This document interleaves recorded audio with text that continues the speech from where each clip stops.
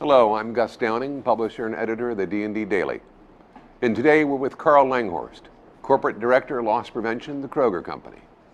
The Kroger Company is one of the world's largest grocery retailers and the second largest retailer in the U.S., with fiscal 2013 sales of $98.4 billion. The Kroger Company family of stores spans many states with store formats that include grocery and multi-department stores, discount, convenience stores, and jewelry stores. With over 375,000 associates, 2,640 supermarkets and multi-department stores, 786 convenience stores, 320 fine jewelry stores, and 1,240 fuel centers, 36 distribution centers, and 38 processing plants, the Kroger Company is a monolithic retailer. In 2008, Karl Langhorst joined Kroger as the very first director of loss prevention, as they had never had a true corporate loss prevention program or function in the history of the company. In essence, this was the last frontier for the loss prevention industry and represented a huge challenge and risk for any LP executive that had to come into a decentralized monolith and not only prove the value of building a corporate team and function, but also come into a huge ingrained culture where the divisions operated autonomously and had, in their eyes, well-established LP programs. So over the last 6 years, Karl has not only been tasked with building a successful corporate LP effort, but he's also been tasked with impacting the actual cultures of 20 plus separate businesses, and proving to them the value LP can have on their businesses and showing the actual results. The story itself is amazing and represents a great model to share with all of you, and we're thrilled to be able to have Karl here today and talk about his journey, because it's been one that, quite frankly, very few people could have pulled off. And with that, I'd like to welcome Karl here today. Well, Gus, thanks so much and for the very nice invite. And this is just the excellent LP industry event of the year, and always pleased to have the opportunity to come here. Thanks, Karl. Karl, let's start off at the beginning. What did you walk into? What was it like walking into all of these autonomous divisions, separate businesses? Can you share with us the first year and how you approached it? Well, year of opportunity, I think, is the best way to put it. And opportunity on several levels, Gus. First of all, involved a lot of travel, going out to the divisions, and some of them twice during the same year, meeting with senior leadership, meeting with the LP managers that were in place, learning about their structure and what that they wanted to see from a corporate LP structure, how we could support them. So it was really a great experience, very overwhelming, but also learning that there's a lot of expertise out there that just hadn't been harnessed yet. The divisions were very, very siloed, as you mentioned, and quite frequently they didn't even talk to each other. So you had every division, for the most part, in a loss prevention perspective, operating on their own. How many divisions were there? At that time, 18. And you traveled to all of them and kind of corralled their thoughts and where they were and evaluated who was there and the relationships Absolutely. they had with the operators, and just kind of melted into the organization. Right. Did a lot of listening, a lot of note taking, a lot of gathering of best practices, so we could take it in, build it into a corporate best practice.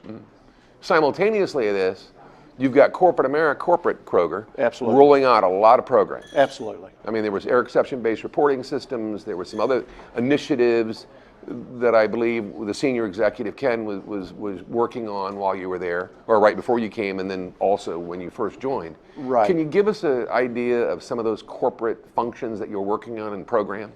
Well, so at that time, they had just started, to your point, a point-of-sale monitoring team. And that was just in its infancy as I came aboard. So that was something that we had to continue to grow from an expertise perspective. And one of the first things that we did when we started down that road is move it just from a fraud perspective to an operational perspective. So really realigned the thinking, not only there at the corporate office, that loss prevention wasn't about fraud, it was also about operational shrink.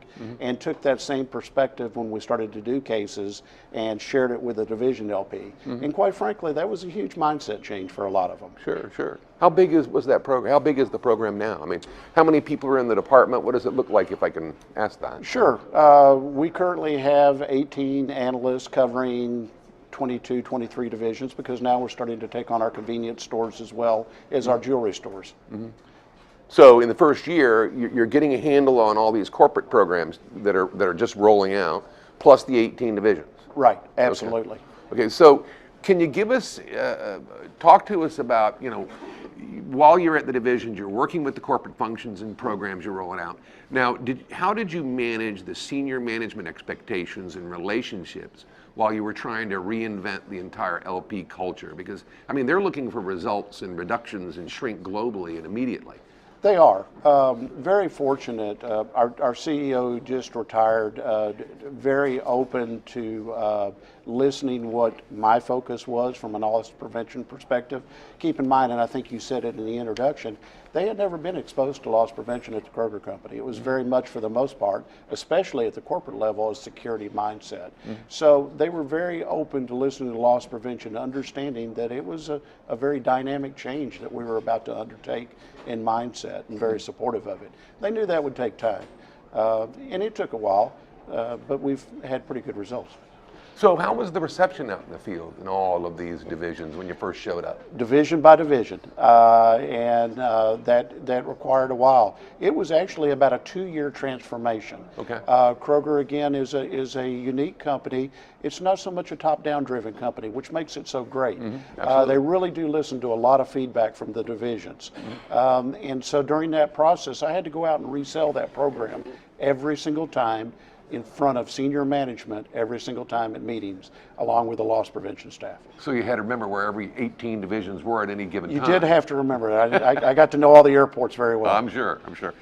So can you talk to us about the reinvention itself, about how you went about the change process? What did you see that needed to change, and how did you go about doing it and improving it? Well, I mentioned to you that one of the things I did is that we had a lot of great thoughts out in the divisions. They just weren't being shared corporately. So gathered in their best practices. And really it was getting back down to the basics. What's your robbery policy? How do you handle a workplace violence? And finding the best of the best. Working that through the corporate process that everybody is familiar with, going through HR and legal, and drafting the best documents. But it was even more than that. If you think about it, we didn't even have the same job profile for the position in every division. So the job profiles for all of our different positions, and we created some new ones. And we also created training profiles for every one of those positions that they had to go through. And if I remember correctly, you kind of had a guinea pig. Where you would test positions in different divisions to prove your theory Absolutely. to them, not necessarily to you because you knew they would work, but to prove it to them. Great memory, Gus, because that was something. And again, that's getting back to that feedback that they expected in the divisions. They wanted to see it work in a couple of divisions first before another division president would take it, and over and over and over. And you did it very slowly and methodically and well planned out, if I remember correctly. And that was with the district job, if I'm correct? That was with the district job, and then we also did something that I really wasn't in favor of when I came on board, which is an LP specialist position. And we migrated everything from external third-party undercover to internal. And that was already being done in a couple divisions. And I really wasn't an advocate of it, and I learned how great that program has become for us on multiple different levels. Probably one of our biggest successes, actually. Was taking the LP specialist job in-house? And for several reasons, because they've become much more than an undercover shoplift agent. They absolutely work undercover in our stores, working with shoplifting and now ORC as well. Want to make sure and differentiate between the two. But they look at other operational issues as well. They add value. We talk a lot about in the LP, what can we do to add additional value to the company? Well, they can look at things from a safety perspective. They can look at a fresh shrink perspective as well. They're in the stores anyhow. Why shouldn't they be looking at those type of things? And guess what? They're an excellent bench step now. When we have a district loss prevention manager leave, and that's not too often, but we've got 120, 130 of them across the company, we automatically have that bench depth ready to go from a trained LP specialist, and there's places for them to move up and grow. And if I remember correctly, you also rolled out the district LP manager's job. And you Absolutely. really didn't have that in all the divisions when you first started. The vast majority we did not at all. There was not an ownership for a district or down to store level. Right. Now the DLPM owns everything LP in his or her stores. That's So from it's- technology, everything. Right. So it's rolling out the DLPM, taking the in-house specialist job in-house, Right. managing the corporate rollouts, developing the relationships throughout the organization, both corporately and in the 18 divisions. Right. And doing that in 2 years, Right.